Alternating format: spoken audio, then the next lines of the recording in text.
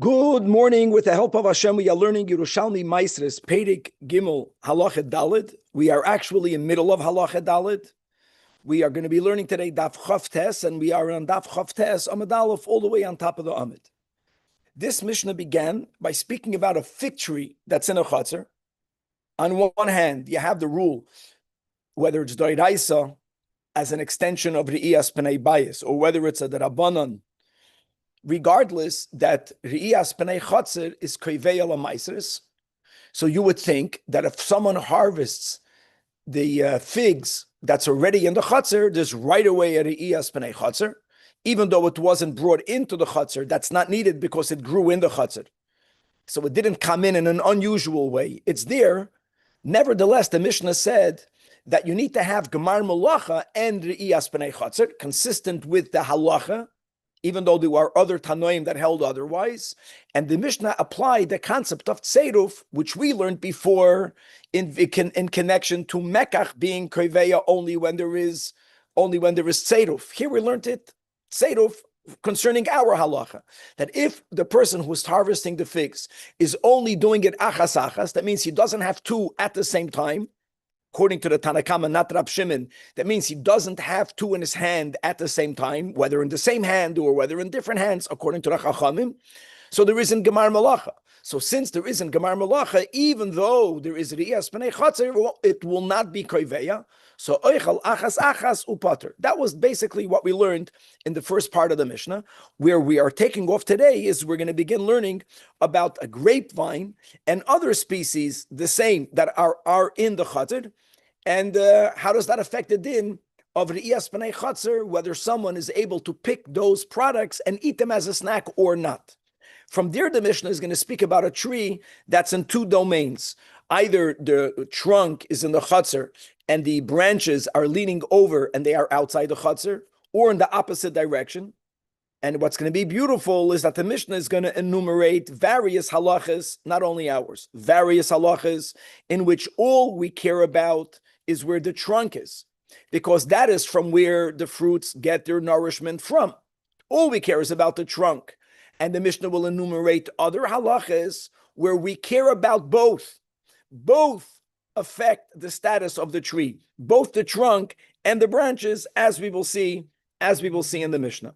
The Gemara is going to first qualify a little bit more this din of Tzeiruf, that Tzeiruf is important only at the time of picking. We'll elaborate more when we learn the Gemara. And from there, we're going to speak today a lot about Rab Lozer ben Rab Shimon. The Gemara is going to introduce the fact that he was an achlan, which means that he would eat large portions at a time. He was physically a large person. And how that will affect the halacha of Tzeiruf. That's how we begin introducing this halacha. From there, we're going to also speak about a topic as an example that we learned in Bavli Psachim, Daf Pei Vav, regarding the etiquette of drinking wine, that you're supposed to drink a cup in two gulps. If you have it in one go, that's considered you're a guzzler. If you have it in 3 sips or more, you're considered to be hori. The Gemara here will qualify that. And again, B'negei Rab Lozer ben Rab Shimon, the whole story that we had in Bava Metzia, Daf Pei Gimel, that he was an informer for the Roman government. He helped them catch Ganovim. And people found out that he was an informer, which was halachically okay, but they were upset with him. They felt that he should have gone away. Even though if he would have refused them, he would have been put to death. He should have, so to say, go into hiding.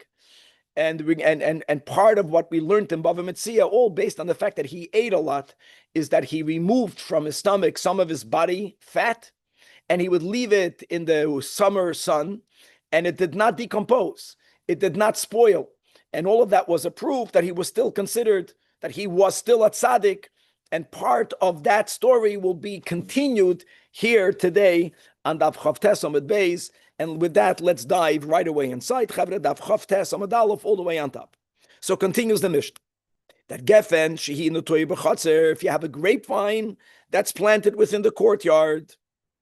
So the Tanakama says, based on the rule that we had concerning the fig tree, that as long as you only are oichel achas achas, you are allowed a snack. It's not considered a gemar melacha. How do we define achas achas? By grapes. According to the Tanakama, not by demanding that you only pick one grape at a time. No, you can pick one cluster at a time. The Tanakama views an entire cluster as one. Noiteles kola eshkoil. And since there isn't a Gemar Malacha because it's only one, even though there's the same logic, there's an Iyas B'nei Chatzar, it will not be Koiveya. There's no Kivius Lamaiser. Nothing is established. And therefore, the rule that even rabbinically you can snack continues. V'chein b'rimoin, a chiddush, you would think, again, a rimoin has in it many seeds, the pomegranate. You don't have to pick one pomegranate seed at a time. You can pick one rimoin. That also is considered not seiruf. And v'chein ba'avatiach, which is, let's go with a watermelon or a large melon, that you don't have to cut off a slice from it to be allowed to snack from it. You can pick one, as long as it's one and not two. You don't have seiruf. All of that will allow you to snack from it. And all of this is divrei Rabbi Tarfon. However, Rabbi Kiva Omer, he argues with all of the above. He holds that when it comes to a cluster of grapes, since a cluster of grapes is comprised of many individual petted grapes, if you pick a cluster, you have tzeruf, unless the cluster only has one grape on it. So how would one be allowed to snack when they have a grapevine in their chutzner? Migarger ba'eshkoil, you have to pluck one grape at a time from the cluster that remains connected to the vine. And the same thing is barimoin, a bigger chiddush, that you have to take one pomegranate seed from the rimoin at a time, which is amazing. And by the way, a while back, someone showed a picture here on the Zoom, how some pomegranates, or all pomegranates, when they become ripe, naturally they crack open, which will allow someone who would want to pick out one seed at a time. In other words, if you don't pick one at a time, one seed, then you have tseiruf. Since it grew in the chatzir, you will never be allowed to snack. It's not the end of the world. You can eat it, take it off, and be toidim u'ma'aser. But you can't snack prior to that. And the biggest chiddush is v'soifes ba'abatiach. You have to slice one piece at a time from the melon. The melon remains attached. You are only slicing off a piece. There is where we say there was no tseiruf. Here again, this is the second time we had it. How big or small is the piece? I have no idea. But the concept is very important. And you see, each one has a greater chiddush than the other, especially by the avatiach. In other words, where you would argue that avatiach is avada considered one. No, it's not. It's easiest to understand Rabbi Kiva by the grapes because each one is mamish separate from one from the other. Bigger chiddush is by the pomegranate because they are all in one fruit. But still, each seed is a seed, and the biggest is by the watermelon. Continues the Mishnah, kuzbar, coriander. Again, a coriander that's planted in a chutzner. And what would people snack off the leaves that grow from it? So that's exactly what the Mishnah says. Kuzbar shehiz roye b'chatzir. In order for there not to be a gemar malacha, in order for you not to have tseiruf, so then mekartem ole, you can only pluck one leaf at a time and eat it. But if you have two in your hand at the same time, v'im tseiraf, then you'll be chayiv, or just don't snack from it. Wait until you harvest all of it and then be toidim u'ma'aser. Here also, just to know, coriander has a chiddush because the leaves are not fruits or vegetables. So the Mishnah wants to make it clear that even by legumes, we will apply the same rule that we had up until now. By fruits or by avatiach, by vegetables, we will apply it by leaves, which is already considered something else. Same rule will apply over here. Furthermore, says the Mishnah, now we're going to go to other items, and the question will not be snacking. We'll see in a moment. The question is whether the b'chlal chayiv to be tithed altogether. See a penny royale, ezoif, hisap, kurnis, savory. These are items, I want you to know, that grow on their own in the wild. And when they do, they are generally left for the animals. And what was the first rule we learned in the beginning of Masechta Maasros? That for something to be obligated to be tithed, it has to have three criteria, three rules. One of them is it has to be something that's guarded by its owners, which means not hefker. So you might have thought that Sia and Ezev and Kurnis are by default hefker. So the Mishnah says no. It depends the intention. It depends what the owner of the yard has in mind vis-a-vis these items that might have grown on their own. In other words, if the owner will not allow others to take it, either because he planted it or even if he didn't, they grew on its own, he says, Baruch Hashem. if his attitude towards them is, I give them chashivus, so then they are obligated to be tithed. The other side is obvious. The other side is if he has no such intention, then indeed, these are items that generally do grow in the royal. These are items that generally have the status of hefker, and they never have to be tithed at all. Forget about snacking from it. Then you can eat from it completely without tithing them. Okay. Now, let's move on to a tree that's only partially in the chutzner, beginning with the trunk being in the chutzner, but the branches are leaning over the garden that's outside the chutzner. There's no re'iyas pnei gina. So te'eino she'yoy medis b'chutzner, the tree itself is standing in the courtyard, but v'noite legina. So what is the status? So says the Mishnah, number one, that here you don't have to pick one at a time. You don't have to pick one at a time, right, Vlad? If you are picking it from the gina. If you're standing in the gina, we don't say that since the trunk is in the chutzner, there is re'iyas pnei chutzner. We don't. Why would we say that? The gina is right outside your chutzner. It's private property. Re'iyas pnei bayis is doiraisa. Re'iyas pnei chutzner is either doiraisa or the rabbanan. And if you have a garden, there is no such a thing as re'iyas pnei gina. In other words, gina, like a sada, the rule is that even when there is gemar malacha, you can snack from it until when you bring it in. Here, there's a chiddush. You would have thought that since the trunk grows in the chutzner, maybe we'll say only if you pick one at a time. Says the Mishnah, no. Oichel kedarkoi upater. In other words, you can pick 2 or more figs at the same time. Okay? Again, avada, we're talking about only eating it achilas arai. Where the trunk is irrelevant. The only thing that's relevant is there was no re'iyas pnei chutzner, which would mean either bringing it into the chutzner the regular way, or it growing and being harvested in the chutzner. That's not what happened. You harvested it when you were standing in the garden, because the fruits were in the airspace of the garden. And now let's reverse it. What happens if the trunk of the fig tree, or really any other tree, is standing in the gina, but the branches were hanging over the courtyard? You are standing in your courtyard. Here again, we don't care where the trunk is. We don't care where the branches is. That's not the point. It's the only important part to look at is where were they harvested? If I am standing in the chutzner and I pick them in the chutzner, there is re'iyas pnei chutzner. And therefore, we have to go back to the first part of the Mishnah. Only oichel achas achas will I be allowed to snack from it. Only when I pick them one at a time, and I don't do tseidaf, I don't combine them. But the moment I combine them, every tana l'shitasai, then I will be chayiv. Okay. In other words, the halachic question that is posed in other areas of halacha is not posed over here. Here, who cares? Doesn't matter where the trunk was. Doesn't matter where the branches are. But however, let's learn about other halachas, and we will see that b'negeya many other halachas, it is relevant where the trunk is, and in other places it's relevant where both are. So let's begin. A tree that's standing in the Holy Land, and its branches are leaning outside the Holy Land, and we're speaking about the biblical obligation of tithing, which is only be'eretz Yisrael. And now I just want to know the general rule. What will be the status of the fruit?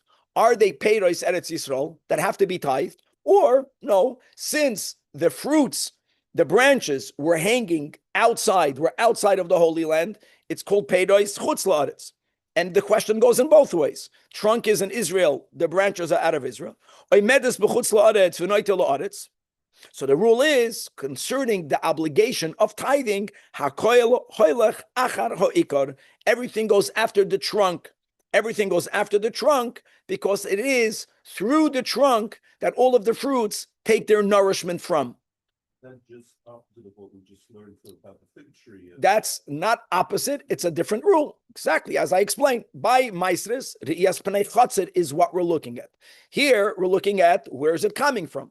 Where is it coming from? For this halacha, we say, now, guys, there's no doubt that fruits also grow from nourishment that it receives from the sun and from the air. So it's not that the Mishnah is ignoring that. the main source of nourishment halachically, al pi Torah, for fruits is from the ikar, from the trunk. And that's what we follow. Another area in halacha. Ubebatei arei chayma. We just mentioned batei arei chayma. Rule number one is, guys, just quickly to review. As a rule, when I sell property in the Holy Land, if I got that property because I was there when the Yeshua entered the land, or I'm a descendant, and this came to me, Yerusha, through that which was divided by God Almighty and given to me, to my family, that property generally, even if I sell it, reverts back to me on Yovel. The Torah makes an exception. Really, there are a couple of exceptions. One of the main exceptions will be is that if I own a home in a walled city and I sell that home, there's a whole different set of rules. Number one, the original owner has a full year to redeem it. When a person sells a field, if you remember, he cannot redeem it for 2 years. No one would buy a field if they don't get at least 2 years' work. By the home, it's different. When you sell a home, you have 1 year to redeem it. If you remember the whole thing of Takanas Hillel, you know what used to happen? What used to happen is that the person who bought it was always afraid that in the last day of the year, the original owner will get a few dollars. So they would hide. So they should not be found.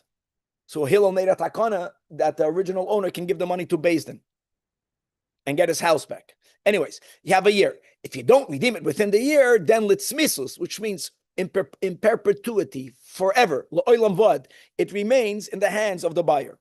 The same rule of a house is the same rule of a tree. Interesting. That if I own the tree that I got b'Yerusha, normally the rule is it comes back to me on Yovel. If the tree is within but a walled city, then I can redeem it for a year, and if not, I never get it back. So what will be the status of such a tree? The trunk is inside the walled city, the branches and the fruits are growing out, or vice versa. Here also, the rule is hakoil hoilech achar ha'ikar. And therefore, if the trunk is in the walled city, the rule of a year to redeem it, and if not forever I lose it, stands. And if the trunk is outside the wall, even if all of the fruits are growing inside, because all of the branches are growing inside, or most of them are growing inside, it doesn't have the rule that it never goes back to me. On one hand, I can't redeem it within the first year. On the other hand, it will come back to the original family. So Atkan, these two halachas of whether you chayiv to be ma'aser, whether we apply the rule of the bati or the chayma, they're simple. Hakoil hoilech achar hoikar. Right? And by Meister's Vlad, where did you harvest it? Where was the person? That the person harvested in the chutzner, that I harvested out of the chutzner. Now, the Mishnah will enumerate rules where we go after both. This is the way we'll learn Pshat in the Mishnah. They all say it. The trunk and the branches. Number one, Ari Miklat. How great is that? What's the din of Ari Miklat?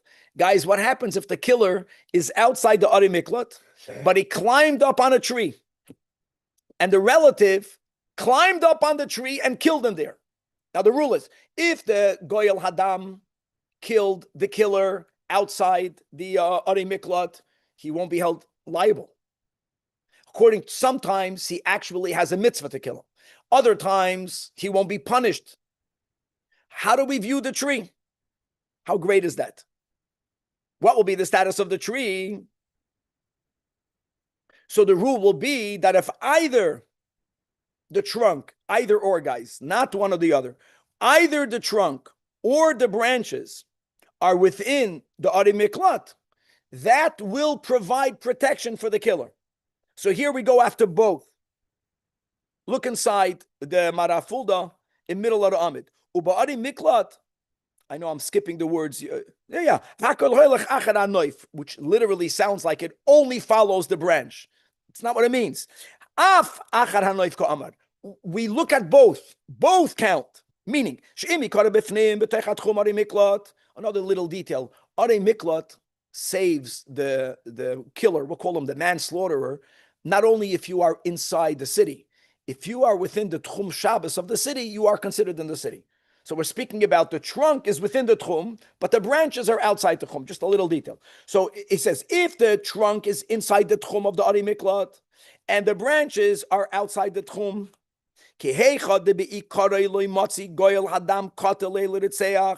just like if the murderer, the killer would be by the trunk, he'll be protected. So if the guy ran up on the tree, even though he's in the branches, and the branches are outside the tchum, say, no, the iked, we also follow the trunk. The shadinan, right, the second narrow line, the last narrow line, the shadinan noifay basari kari. And the chaim behepech, first wide line under the Gemara in the Marafulda, even if the trunk is inside. The trunk, I'm sorry, is outside. It's outside the tchum. But the branches are inside. So Zvadai, when he's sitting on the branch that's inside, he's protected. Not only that, if he's on the trunk, which is outside, he will also be protected. And that's the meaning of the words of the Mishnah, Hakol hoylach achar hanoif.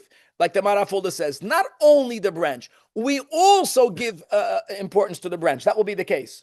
Even though the trunk is outside the tchum of the Ari Miklat, so you would think the guy is not protected. He's by the trunk, he's not by the branch.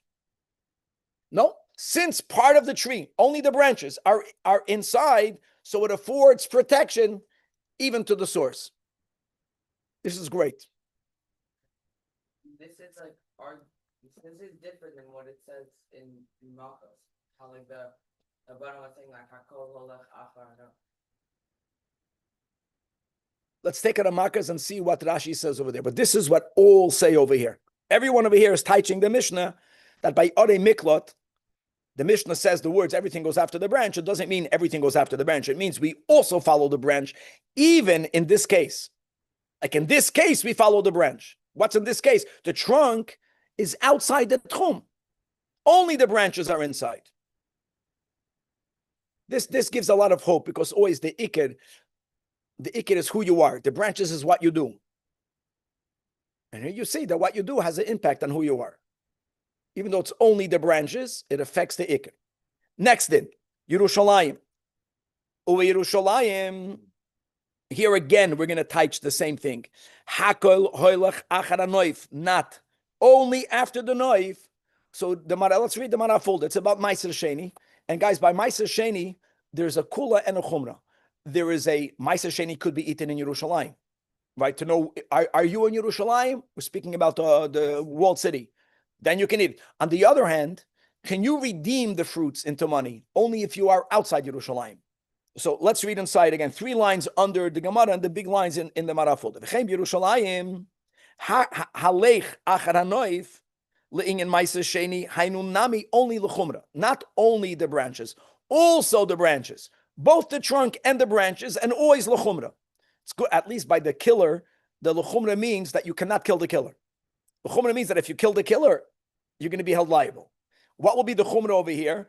For both eating and redeeming.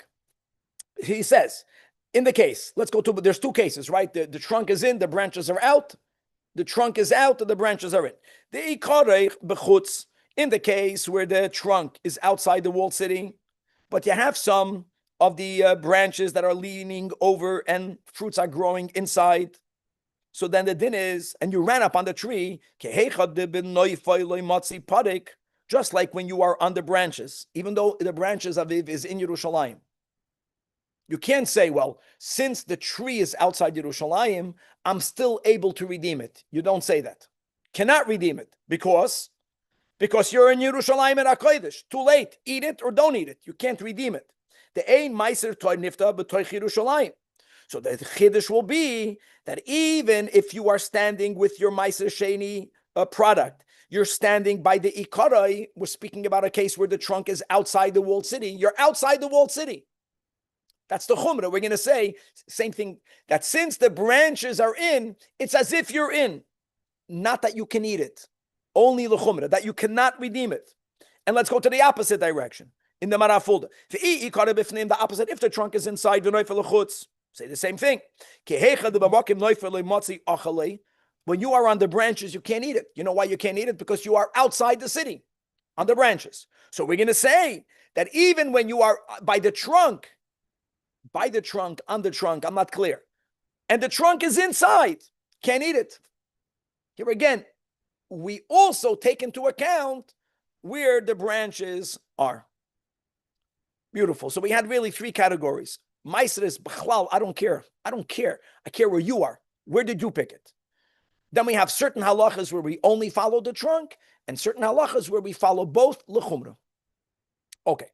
Now the Gemara, beautiful Mishnah. Now we're going to go back to the Reisha of the Mishnah that we learned Friday, that we learned in the last year, but the same concept we learned today by the Geffen, that there's a chiddush here.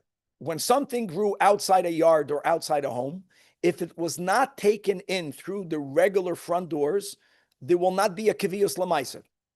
If something grows in the chutzner or even in the house, we don't need for it to be taken through the front doors for there to be a kaviyus. There will be a kaviyus because you did the norm. You just harvested it. But the Mishnah was machadesh that if you don't have tzeduf, there's no gemar malacha. Another nuance. What's the real tzeduf? What's the gemar malacha aviv of figs outside in the field? Filling up a basket minimally and in many places covering it. In a chutzner, gemar malacha doesn't mean to fill up a basket. Gemar malacha means having two or more. Which makes sense because when you are out there in the field and you plan to take stuff home, you don't take two at a time. You don't do that. You take a whole basket. When you have something in your backyard and you want to take it inside your home, since the tree is so close, you don't have to harvest the whole tree. You're just going to take what you want for that meal. So you're going to take a couple, minimum two. So Gemar Malacha is two or more, and the Mishnah was Machadesh that if there isn't Gemar Malacha, which means you pick them one at a time, then since there's no Gemar Malacha, I don't care that there is Riyas Pnei Chatzor. That is what we learned in the Mishnah. So says the Gemara, a couple of nuances over here, which is very, very interesting. Tani, we learned the following in a Brais. We're speaking about figs, and again, you have to know how figs work. I don't know how figs work. We're speaking about a type of fig that after you harvested the fig, you would beat it the right way to make it soft for you to make it edible. And for that, here in the Braisa, you needed to beat it 3 times. So says the Braisa that beating is called to be pitseya, to wound it. Lefatseya. Noisten loishuhus lefatseya ba pam rishoyna shniya ushlishis. If when you picked the first fig, even if you didn't beat it, but you waited the amount of time that you would need to do that softening process, there is where we say that if prior to eating it, because you beat it and you didn't eat it, or you didn't even beat it, but the time passed, and you picked the second one, now you have a combination. Now you have tziruf. But what would happen, in other words, once that amount of time passed, let me word it this way, Vlad. Once that amount of time passed, the first fig is already beyond its time of picking. And now if you harvest the second fig after that time, listen to these words, the second fig cannot be eaten because the second fig is combined with the first. Because you have the first. But the first fig will not be combined with the second. Let me say these words. Tzeduf is only effective if they were combined at the time of picking. How do we define the time of picking versus the time of eating? Figs, when you pick it, they still undergo a certain, you clap it. So if you waited that amount of time that it would take to clap it, rishoyna, shniya, shlishis, let's say that's 8 seconds, whatever that time is, and then you pick the second, so you have 2 in your hand. So the Braisa says, well, you're right. The second one cannot be eaten. Why? Because the second one is combined with the first. There's a first, there's a second. The first is not combined with the second. Because during the time of picking, not the time of eating. The time of picking is from when you picked it up until the end of the 8 seconds. That's the time of picking. During the time of picking, there was no other. You only picked the second after this time passed. Tzeduf is only tzeduf if they were combined at the time of picking. It's amazing. What happens if you waited 20 seconds? The place that was longer, okay? Now you put the second. So we're saying that the second you cannot snack on, but you could snack on the first. It's a big. The first one doesn't exist anymore? Even the first one, no, the first one exists. What do you mean? That's a big chiddush. Yeah. Why? Because tzeduf is only at the time of picking. So when you pick the second, you have one. It's not the only. There's another one. It's a fact. When you picked the first, there was only one. Later there's a second. The second came into the world not during the time of the picking of the first. These are the words. Seiruf is only effective if they were combined at the time of picking, which, by the way, normally when you pick a fig tree, you don't wait the 8 seconds. I'm saying 8 seconds. Maybe it's 10 seconds, but it's something like that. You don't wait these seconds between one and the other. You pick. That's called the time of picking. Now, even though between the first and the 20th, all these seconds pass, but there's going to be 2 between the first and the second. So that's a gavaldik, a big chiddush of the Brais. Daf Chavta Samad Bey. So you ate the first one, now you only have the second. When you pick the third, now can you eat the second? Same thing. So the second you already cannot eat, because the second, in other words, when it's a one-way direction seiruf. If you pick the third, if there's either the first or the second, you cannot snack on the third. The Braisa basically is going to allow you to snack on the first. If you're scholarly, pick the first. You don't have to eat it right away. Just wait this time and then go ahead and pick the second. Says the Gemara, Rabbi Yoina b'shem Rabbi Ze'eram. Here you go, Vlad. In other words, she'im likit hasashniya b'toich kedei she'usa rishayna nitbelu shteim. He wants to make it clear for you not to misunderstand the Braisa. The Braisa is not saying that you only cannot snack on the second, but you cannot snack on the first. No. You can only snack on the first if that amount of time passed. He wants to speak out the other side. If during the time that it would take you to wound the fig, to make it edible, you pick the second, then both of them were nikva'ula maisres. Again, we're speaking about seiruf. Now that we have this braisa, we see it's not so simple. What happens if Zajac eser shoyna l'mayla ma'aver asara? We know throughout, not only here, Hilchas Shabbos, in the Beis Hamikdash, that there's l'mayla ma'asara tvachim, l'mata ma'asara tvachim. Generally, l'mayla ma'asara tvachim it is a domain in itself.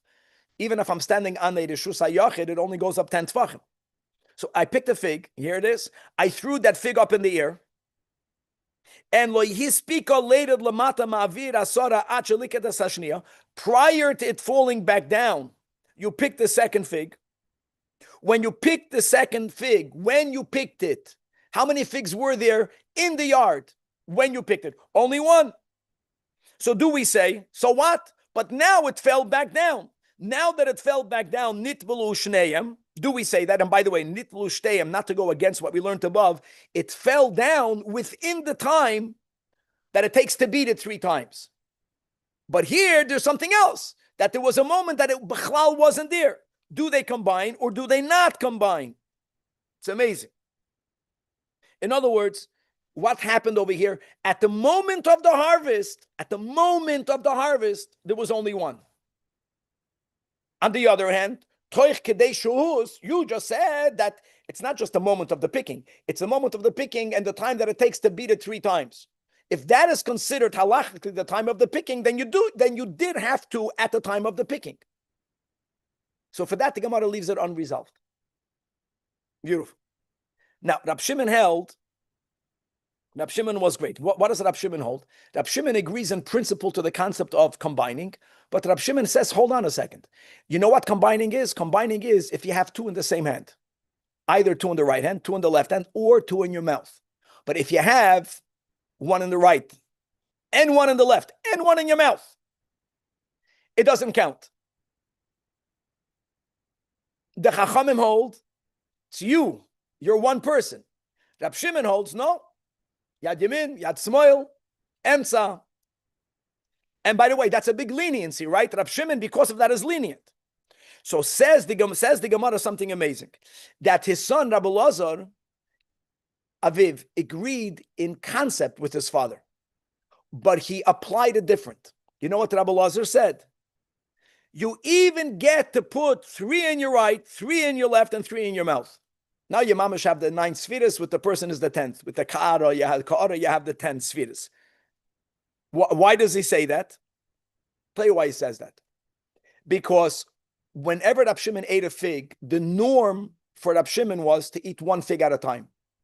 Rab Lazar but Rab Shimon was such an eater that the norm for him was to eat 3 at a time. So even 3 is 1. For him, 3 was 1. If he would have 4, he couldn't put 4 at a time. I want to say that in the recent history, when it comes to the birth of the Hasidic movement, that just as a mashal, Rav Nachum Chernobyler, mamish, like we find in the Gemara by these Amoraim, they were huge. And people, God forbid, should not misunderstand it. They were not huge because they had no self-control. Even though most of us associate the avodah of fasting with the avodah of tzaddikim, right? They are abstinence. They're not eating. The greatest tzaddikim's avodas Hashem, was by eating huge amounts of foods. The Apterov was huge. And he would tell his colleagues that they should follow his path, and they told him that they were unable to be so great as he was, because the ultimate is to bring Kedusha down into the world. Let's not excuse all of our taivas that way. We're the holy people bringing God into the Olam Hazeh. But let's go back to Rab Loza ben Rab Shimon. His avodah as a tzaddik was to be an achlon. So that's what the Gemara is saying. Gemara is saying Rab Loza ben Rab Shimon was not arguing with his father. Rab Loza ben Rab Shimon was agreeing with his father. What's the chiddush of Rab Shimon? That in order for there to be a combination, it has to be in the same hand. 2 in the right, or 2 in the left, or 2 in the mouth. If it's only 1, even if I have at the same time 1 in the other hand, we view it as separate. It's not called combined. You know, how do you understand the right balance? The right balance could be understood of having a little bit of chesed, a little bit of gevura. It's not so simple that. That's the way it is. It's not so simple. Is he just saying that this entire sugya about one thing is all subjective? So if you're a massive guy, that's what they're talking about. That's a whole, until the end of the day, that's what we're going to learn. And not only in this area, in many other areas. I have 1 seed of the pomegranate. That's, you know what I mean? According to Rav Loza ben Shimon, what? You're allowed to have 3. that's it. So the Gabe is asking good. How do we apply it by others? I don't know. But by the figs, first of all, the ikir is that everyone agrees to tzeduf. The machlekes is, do I combine them in separate hands? Rab Shimon says no. They have to be in the keli, either 2 in the right, 2 in the left, 2 in the mouth. On that, the Gemara says, the number 1 is only because you eat 1. If you have 2, then you're gathering. You're gathering. Elazar Rab Shimon, 3 was to have it at one time. That's not called gathering. The Elazar Rab Shimon al yedei dahava achlon. That's the expression. His avodah of a tzaddik was to eat, and not only did he eat a lot, little at a time, he ate a lot at a time. He would have large portions. So therefore, Hava Mishayr gotta make Cain. He would take that measurement for himself. So the concept has to be personalized. And by the way, I want to go in the opposite direction. You have certain people, this can be a hoardiness. Don't think it's such a beautiful thing, that they eat very little at a time. For them, maybe it's a smaller amount. You know, when we spoke about the watermelon and the Mishnah did not give you the size of the slice, I think that's why. Because really, every person, see, Danny, by the pomegranate, at least there is God's seed. By the watermelon, how big the slice? What you normally eat in one mouthful. And now, Behemshech Lazeh says the Gemara that Rab Loza ben Rab Shimon, he once went to his father-in-law. Who was his father-in-law? Rabbi Yosi bar Lokonya.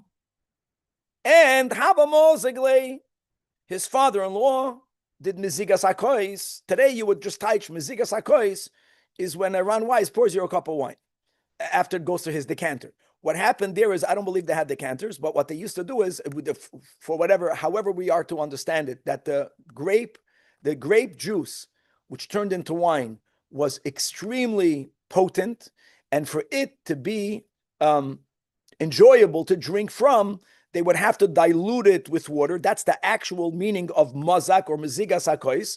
And we find in the Gemara how certain Amoraim would put 3 portions of water into 1 portion of wine. Others had another smaller amount of water, but that's mezigas hakois. So when his father-in-law poured for him a cup, v'hu shasei mazik lei, v'hu shasei, he drank it in one go.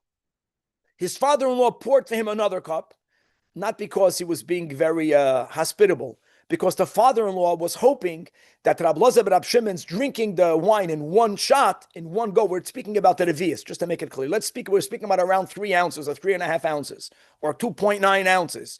Or according to the Chazon Ish, I don't know how many ounces. It's 4.5, 5.5, 6.5, a large amount, but whatever, it's not that much. He gave a gulp down. The Shved thought that maybe he forgot. He poured him another cup, and he gulped it down. And now he knew he's doing it. So Amalei, so Rabbi Yossi, his father-in-law, criticized him, and he told him, "Loi shomat min avuch." How do you criticize someone? In other words, I expected more of you. Why? Not because of you. I didn't expect you. Did you not hear from your father, Rab Shimon bar Yochai? Kama adam tzarech ligmois.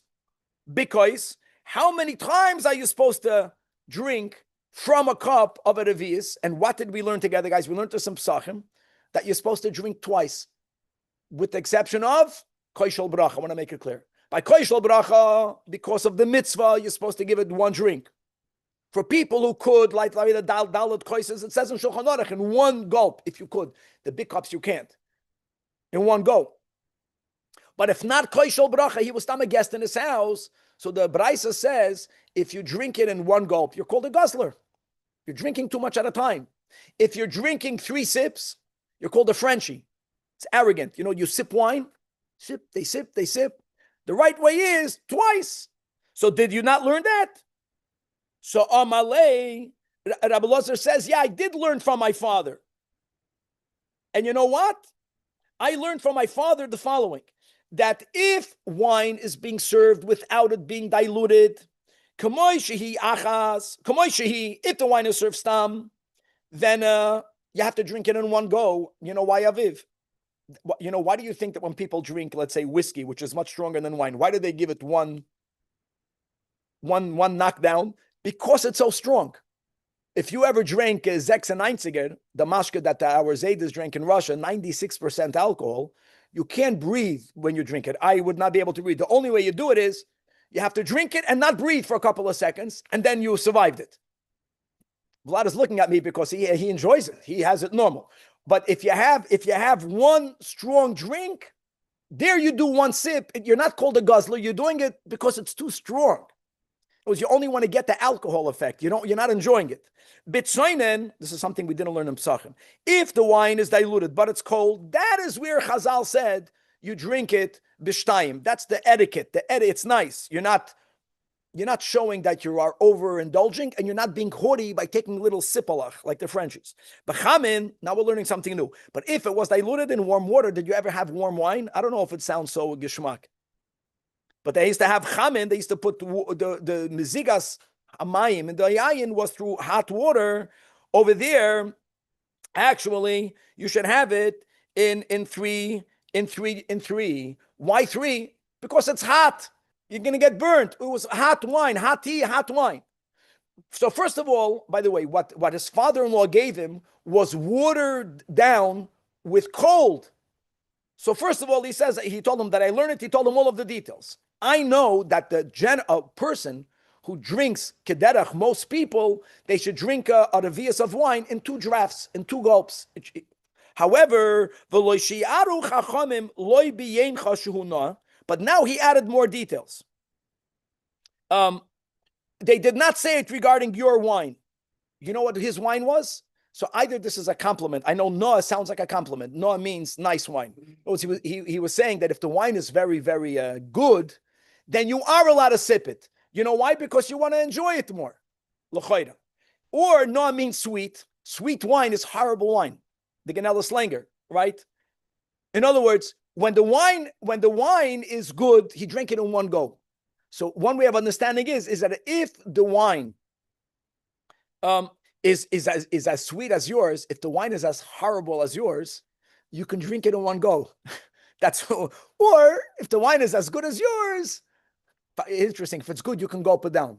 If it's good, you can gulp it down. What would be the logic? I don't know. Yeah, but I don't see a logic in that. Mistama Noah meant b'lashon saginor. Sweet wine, that's sweet. V'loi because another thing he told him. You know when you drink it in 2 drafts? If you have a normal size cup, he's telling his shved, your cup is a nothing cup. You're giving me a little cup. V'loi because chashu katan. And then he took it upon himself. Finally, he stopped projecting. He says, and that's only for a normal person. but I'm a big person, meaning that his avodas Hashem was to eat and to drink a lot. It was huge. So someone that eats and drinks like me, what you take in 2 gulps, I'm allowed to take in 1 gulp. And it's not out of the etiquette. So that's another area where we see specifically by Rabbi Elazar ben Rab Shimon how he was different. And the final is the Gemara now on Bava Metzia, where Rabbi Elazar ben Rab Shimon, who gave a very good eitzah to a Roman thief catcher, who was so impressed with him, he told Rabbi Elazar ben Rab Shimon that Karaina de Ignata Ila have a prevanke. The Rebbe used to say this expression a lot. The reader of the letter should be the one carrying it out. Which means when you have a meeting and someone comes up with a good idea, tell the person, the one who came up with the idea should be the one to do it. People like giving eitzes. So they give good ideas, but if they have to do it, they wouldn't give such good eitzes. So that's on the side. So he was appointed to work for the Romans. I want to say a couple of things about it. On one hand, informing Jews to a non-Jewish government is problematic. Sometimes the worst thing in the world, amasur, moiridin v'loy mairin, mamish, which means when they go into the mikveh, you keep their head down. Mamish, but because these are people are endangering other Jewish lives. On the other hand, if what they are working for is al pi Torah legitimate, then there's nothing wrong with it. Which would be if the government is executing law and order for dinim that they are commanded to by the Sheva Mitzvahs B'nai Noach. The Romans appointed him to find ganovim, stealing. And making a society in which people don't get away with stealing is what Hashem wants from all the people in the world. Even though the Romans punished theft many times by taking the life of the ganef, so it's very severe. By din Torah, you know what you punish the ganef with? Kefil. You don't crucify them. Doesn't matter. If the society agreed that this should be the punishment, it's within the Sheva Mitzvahs B'nai Noach, and therefore Rabbi Elazar ben Rab Shimon was doing nothing wrong by informing to the Roman government which Jews are thieves, are stealing. Nevertheless, the Chachamim, the colleagues of Rabbi Elazar ben Rab Shimon, felt that he should have gone lefnim mishuras hadin, and he should have refused the job, even though he would put his life in jeopardy. When the Romans told you this is what you need to do, you can't tell them no, they'll crucify you. They felt that he should have escaped. His father escaped the Romans. He should have gone into hiding and not done that lefnim mishuras hadin. So part of that story was Vahava Rabbi Yeshua ben Karcha tzavachle. Rabbi Yeshua ben Karcha was shouting against Rabbi Elazar ben Rab Shimon that you know what you are? You are chala bar chamra. You are vinegar, the son of wine. Wine is something gavaldik. Wine is Rabbi Shimon bar Yochai. You became vinegar. Amalei, Rabbi Elazar responded, Lama at tzavachli kain. You have no right. In other words, he told him that halachically I'm allowed to be an informer because I'm only informing ganovim. Amalei, remember that? He once informed and they hung a Jew. And they found out that this Jew raped a married kala on Yom Kippur.